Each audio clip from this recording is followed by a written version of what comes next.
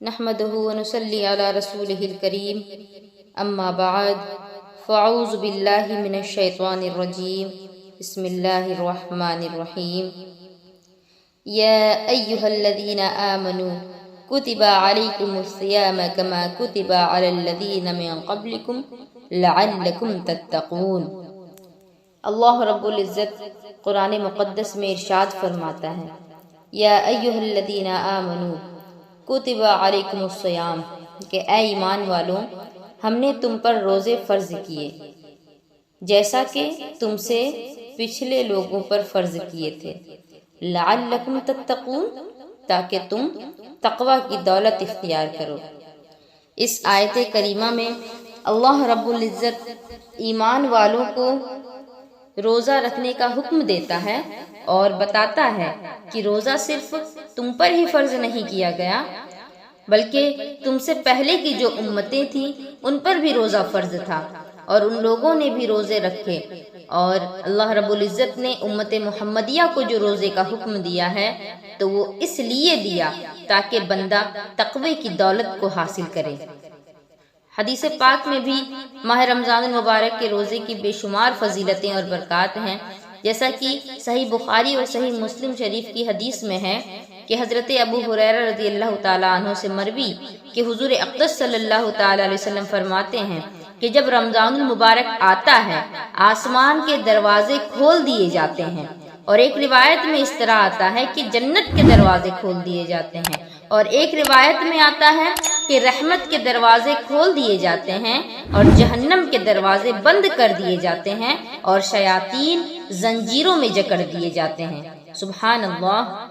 ماہ رمضان المبارک کتنی عظمتوں والا مہینہ ہے کہ جنت کے دروازے بھی کھل گئے، رحمت کے دروازے بھی کھل گئے اور جہنم کے دروازے بند کر دیے گئے، اور اس پر سے ہم پر یہ بھی آسانی کر دی گئی کہ شیطان کو بھی زنجیروں میں جکڑ دیا گیا تاکہ ہم گناہوں سے بچ سکیں، برے کاموں سے بچ سکیں۔ ایک اور حدیث پاک میں آتا ہے کہ حضور اقدس صلی اللہ تعالیٰ علیہ وسلم نے فرمایا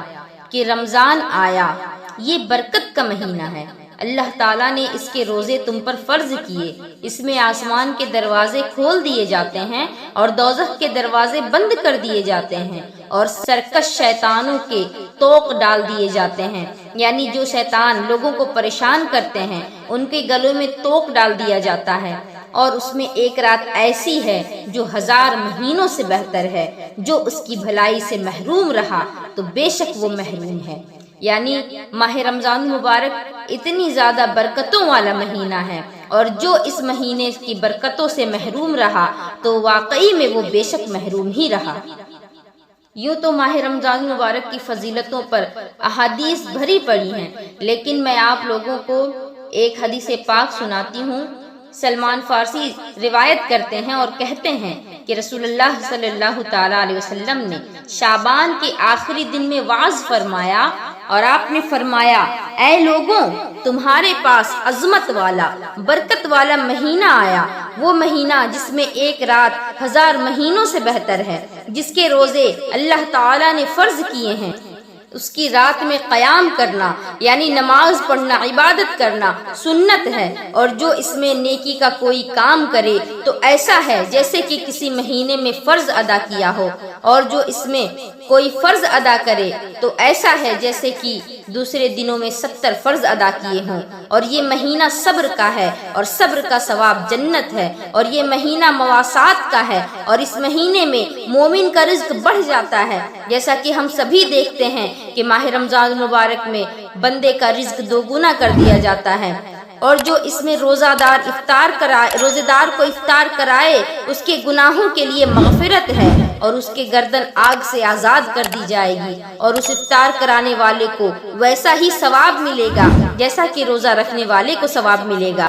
بغیر اس کے اجر میں سے کچھ کم کیے، یعنی کسی کے اجر و ثواب میں کمی نہیں آئے گی بلکہ ہر ایک کو برابر برابر ثواب ملے گا۔ تو صحابہ کرام کہتے ہیں، حضرت سلمان فارسی کہتے ہیں کہ ہم نے عرض کی، یا رسول اللہ، ہم میں کا ہر شخص وہ چیز نہیں پاتا جس سے روزے دار کو افطار کرائے، تو حضور علیہ الصلوۃ والسلام نے ارشاد فرمایا اللہ تبارک و تعالی یہ ثواب اس شخص کو دے گا جو ایک گھونٹ دودھ یا خرما یا ایک گھونٹ پانی سے روزہ افطار کرائے، اور جس نے روزے دار کو بھر پیٹ کھانا کھلایا اس کو اللہ تبارک و تعالی میرے حوض سے پلائے گا کہ وہ کبھی پیاسا نہ ہوگا یہاں تک کہ وہ جنت میں داخل ہو جائے۔ اور یہ وہ مہینہ ہے کہ اس کا اول رحمت یعنی اول کے جو 10 دن ہیں وہ رحمت کا عشرہ ہے، اور اس کا اوسط مغفرت یعنی بیچ کے جو 10 دن ہیں وہ مغفرت والے ایام ہیں، اور اس کا آخر جہنم سے آزادی ہے، اور جو آخری عشرہ ہے وہ جہنم سے نجات ہے۔ جو اپنے غلام پر اس مہینے میں تخفیف کرے، یعنی اگر کسی کے گھر میں کوئی غلام ہے یا کسی کو کام پر رکھا ہوا ہے تو اس سے کام میں کمی لے، اس کو ضرورت سے زیادہ اس پر بوجھ نہ دے، تو اللہ تبارک و تعالی اسے بخش دے گا اور جہنم سے آزاد فرما دے گا۔ سبحان اللہ، کتنی پیاری حدیث پاک ہے کہ ماہ رمضان المبارک ہمیں سکھاتا ہے کہ ہمیں ایک دوسرے سے محبت کرنی چاہیے، ہمیں لوگوں کا غم بانٹنا چاہیے، اور حقیقت میں ماہ رمضان کے روزوں کو فرض کرنے کا مقصد بھی یہی ہے، کیونکہ بندہ جب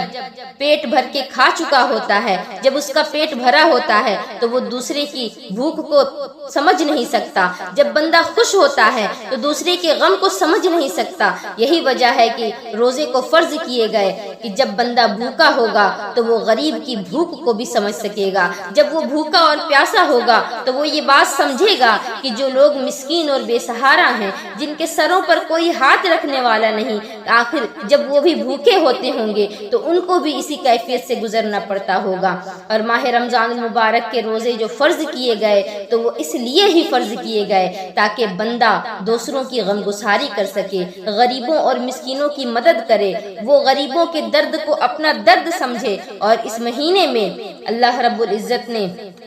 ہمیں زیادہ سے زیادہ نیکیوں کو کرنے کا حکم دیا،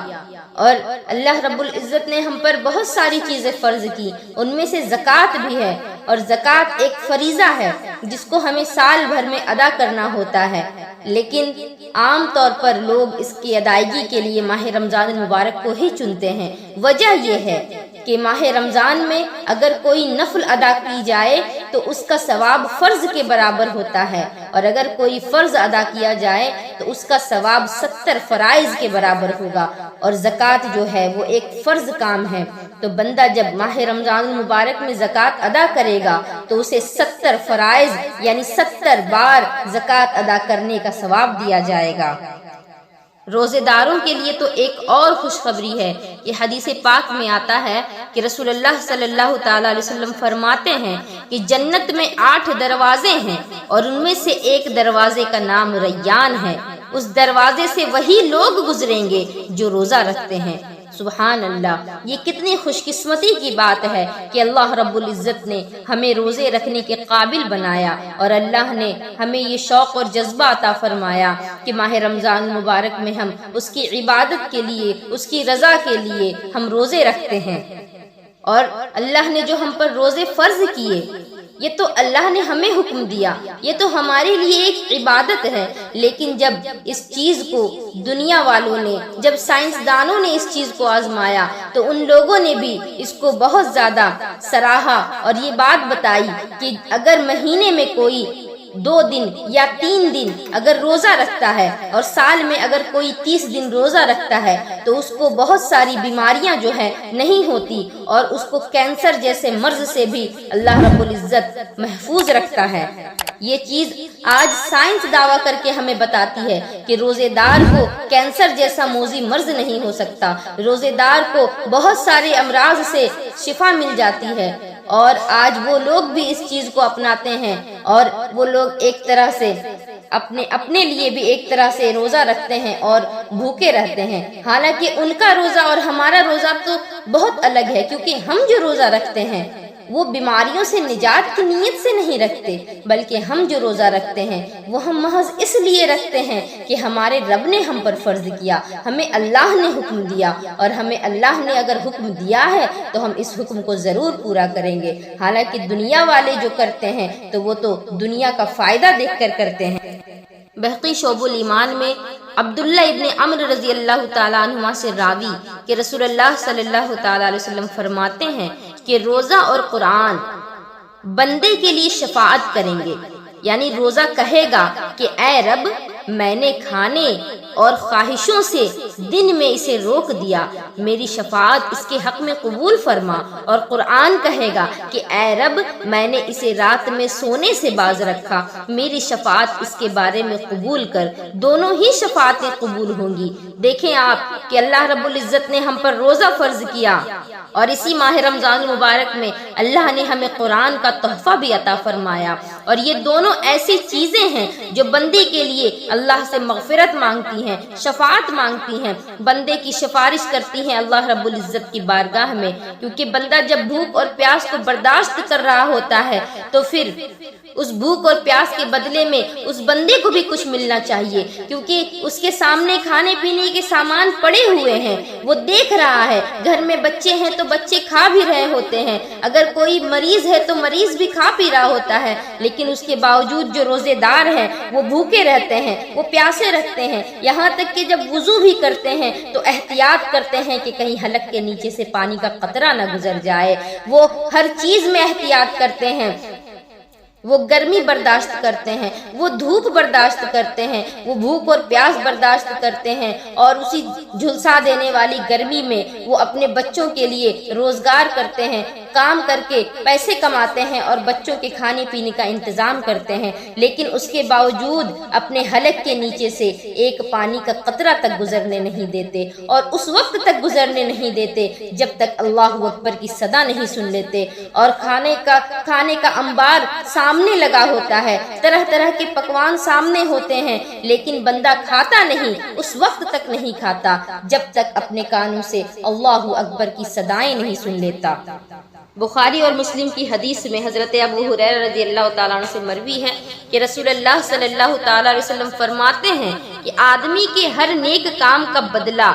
10 سے 700 گنا تک دیا جاتا ہے۔ اللہ تبارک و تعالیٰ نے فرمایا مگر روزے دار کہ وہ میرے لیے ہے، یعنی روزے دار جو روزہ رکھتا ہے تو وہ روزہ اللہ رب العزت فرماتا ہے کہ وہ روزہ میرے لیے ہے، اور اس کی اجر جو ہے، اس کی جزا جو ہے وہ میں خود ہی دوں گا۔ بندہ اپنی خواہش اور کھانے کو میری وجہ سے ترک کر دیتا ہے۔ روزے دار کے لیے 2 خوشیاں ہیں، ایک افطار کے وقت اور ایک اپنے رب سے ملاقات کے وقت، اور یہ بھی فرمایا کہ روزے دار کے منہ سے جو بو آتی ہے اللہ رب العزت کے نزدیک مشک سے زیادہ وہ پاکیزہ ہے، اور روزے ڈھال ہیں، جب کسی کے روزے کا دن ہو تو نہ وہ بیہودہ بکواس کرے اور نہ ہی فالتو میں چیخے اور چلائے، اور اگر کوئی اس کے ساتھ گالی گلوچ کرے، اسے لڑنے پر آمادہ کرے تو وہ کہہ دے کہ میرا روزہ ہے، میں روزے دار ہوں۔ اور یہ بھی فرمایا کہ بندہ جب افطار کے لیے بیٹھتا ہے اس وقت اللہ اور بندے کے درمیان سے سارے حجابات اٹھا دیے جاتے ہیں، کیونکہ ایک مرتبہ حضرت موسیٰ علیہ السلام نے جب اللہ رب العزت سے کلام کیا تو اللہ رب العزت سے عرض کی کہ اے میرے مالک، کیا کوئی ایسا بھی ہوگا جس کو اتنا قرب ملے، یعنی جو قرب تو نے مجھے عطا کیا کہ میں تجھ سے ہم کلامی کر سکتا ہوں، کہ کیا کوئی خوش نصیب ایسا بھی ہوگا کہ جس کو یہ مقام حاصل ہوگا؟ تو اللہ رب العزت نے فرمایا کہ آخری نبی یعنی محمد صلی اللہ تعالی علیہ وسلم کے امتی جب وہ روزہ افطار کے لیے بیٹھیں گے تو افطار کے وقت جب وہ دسترخوان کے سامنے بیٹھے ہوں گے تو اس وقت بندے اور میرے درمیان کے سارے حجابات اٹھا دیے جائیں گے۔ سبحان اللہ، دیکھیں وہ ایک نبی ہیں جن کا یہ مرتبہ ہے، اور ہم تو معمولی سے امت ہیں، لیکن اگر ہم امت معمولی سے ہیں تو ہم معمولی نہیں بلکہ ہم امت محمدیہ ہیں۔ تمام امتوں سے افضل اللہ رب العزت نے امت محمدیہ کو بنایا۔ بہت سارے انبیاء تو یہ خواہش کیا کرتے تھے کہ امت محمدیہ میں پیدا ہوں، اور اللہ رب العزت نے ہمیں یہ شرف بخشا کہ ہمیں اپنے محبوب کا امت بنایا۔ لیکن افسوس کی بات ہے آج ہم اپنے نبی کی محبت کا دعویٰ تو کرتے ہیں لیکن اپنے نبی کے احکامات پر ہم عمل نہیں کرتے۔ ہم آقا کے فرامین کو بھول چکے ہیں، ہم نے قرآن کے احکام کو پس پشت ڈال دیا۔ اللہ رب العزت ہماری اس خستہ حالی پر رحم فرمائے۔ اللہ رب العزت ہمیں ماہ رمضان المبارک کے صدقے میں ہمارے اندر شوق اور ایمان کا جذبہ پیدا فرما دے، ہمیں دین کی خدمت کرنے کی توفیق عطا فرمائے۔ اب میں آخر میں آپ لوگوں کو ایک حدیث پاک سناؤں اور اس حدیث کا مفہوم سمجھا کر آپ سے رخصت ہونا چاہتی ہوں کہ حضرت ابن عمر رضی اللہ تعالیٰ عنہ سے راوی کہ رسول اللہ صلی اللہ تعالیٰ علیہ وسلم نے فرمایا کہ اللہ عز و جل کے نزدیک اعمال 7 قسم کے ہیں، 2 عمل واجب کرنے والے ہیں اور 2 کا بدلہ ان کے برابر ہے، اور 1 عمل کا بدلہ 10 گنا اور 1 کا معاوضہ 700 ہے، اور 1 وہ عمل ہے جس کا ثواب اللہ رب العزت ہی جانے۔ اور اس کی تصریح فرماتے ہیں اس طرح سے کہ وہ 2 جو واجب کرنے والے ہیں ان میں سے ایک یہ کہ جو خدا سے اس حال میں ملے کہ خالص اسی کی عبادت کرتا تھا، کسی کو اس کے ساتھ شریک نہیں کرتا تھا، تو اس کے لیے جنت واجب ہے۔ اور دوسرا وہ جو واجب کرنے والا ہے یہ کہ جو خدا سے ملا اور اس حال میں کہ اس نے اس کے ساتھ کسی کو شریک ٹھہرایا تو اس کے لیے جہنم واجب ہے، اور جس نے برائی کی تو اس کو اسی کے برابر سزا دی جائے گی، اور جس نے نیکی کا ارادہ کیا مگر عمل نہ کیا تو اس کو 1 نیکی کا بدلہ دیا جائے گا، اور جس نے نیکی کی تو اسے 10 گنا ثواب ملے گا، اور جس نے اللہ کی راہ میں خرچ کیا اس کو 700 گنا ثواب ملے گا، اور 1 درہم کا 700 درہم اور 1 دینار کا 700 دینار، اور روزہ اللہ کے لیے ہے اور اس کا ثواب اللہ کے سوا کوئی نہیں جانتا۔ آپ نے دیکھا کہ حدیث پاک میں کس طرح سے فرمایا گیا، کس طرح سے تشریح کی گئی کہ 2 چیزیں واجب کرنے والی ہیں۔ ایک تو یہ کہ بندہ اگر خالص اللہ کی ہی عبادت کرتا ہے تو اس کے لیے جنت واجب ہو جاتی ہے، اور دوسرا یہ کہ بندہ اگر اللہ کے ساتھ کسی کو شریک ٹھہراتا ہے، اگر بندہ شرک کرتا ہے تو پھر اس کے لیے جہنم واجب ہو جاتی ہے، اور وہ سزا کہ جس کی جو گناہ کے برابر ہی سزا دی جاتی ہے وہ یہ ہے کہ اگر کوئی بندہ برائی کرتا ہے تو برائی کی سزا کو بڑھایا نہیں جاتا، بلکہ برائی جس قدر ہوتی ہے سزا بھی اتنی ہی ملتی ہے۔ اور ہم پر ایک اور احسان یہ کیا گیا کہ اگر کسی نے نیکی کا ارادہ کر لیا، اگرچہ وہ نیکی کی نہ ہو، صرف ارادہ ہی کیا ہو اور اس کام کو وہ کر نہ سکا، تو صرف ارادہ کرنے کے بدلے میں بھی بندے کو نیکی ملے گی، کیونکہ حدیث پاک میں آتا ہے انما الاعمال بالنیات، کہ اعمال کا دار و مدار نیتوں پر ہے۔ اگر بندے کی نیت اچھی ہوگی تو اس کا کام بھی اچھا ہوگا۔ اسی بنا پر بندے نے اگر نیت کی اور وہ کام نہ کر سکا تو بھی اس کو اس نیت کرنے کے بدلے میں نیکی لکھی جائے گی، اور جس نے کوئی نیکی کی تو اس نیکی کے کرنے کی وجہ سے اس کو 10 گنا ثواب ملے گا، اور جس نے اللہ کی راہ میں خرچ کیا، کسی غریب کی مدد کی، کسی یتیم کے سر پر ہاتھ رکھا، کسی مسکین کا سہارا بنا، تو اس کو 700 گنا ثواب ملے گا، اور 1 درہم کا 700 درہم اور 1 دینار کا ثواب 700 دینار کے برابر ملے گا۔ اور جو آخری بات فرمائی وہ یہ کہ روزہ اللہ کے لیے ہے اور اس کا ثواب اللہ عز و جل کے سوا کوئی نہیں جانتا، کیونکہ روزہ ایک ایسی چیز ہے، ایک ایسی عبادت ہے جس کے بارے میں اللہ رب العزت خود فرماتا ہے الصوم لی وانا اجزی بہ، کہ روزہ میرے لیے ہے اور اس کی جزا میں خود دوں گا۔ سبحان اللہ، اللہ رب العزت اپنے بندوں سے کس قدر محبت کرتا ہے، اور ہم بندے جو ہیں وہ اللہ رب العزت سے کتنے دور ہو گئے ہیں۔ ہمیں یہ چاہیے کہ ماہ رمضان المبارک کی برکتوں کو سمیٹتے ہوئے اپنے رب کے حضور حاضر ہو جائیں، اپنے رب کے حضور دستہ بستہ کھڑے ہو جائیں اور اپنے گناہوں کی توبہ کریں، کیونکہ یہ مغفرت والا مہینہ ہے، یہ ہمارے گناہوں کو جلا کر راکھ کر دینے والا مہینہ ہے۔ لہٰذا ہم سبھی کو اللہ سے اس کی رحمتوں کی بھیک مانگنی چاہیے اور اس کی بخشش مانگنی چاہیے۔ میں اپنی باتوں کو یہیں پر ختم کرتی ہوں، اس امید کے ساتھ کہ اللہ رب العزت ہمیں حق بولنے، حق سننے اور حق پر عمل کرنے کی توفیق عطا فرمائے۔ وآخر الدعوانا ان الحمد للہ رب العالمین وما علینا الا البلاغ۔ السلام علیکم ورحمۃ اللہ وبرکاتہ۔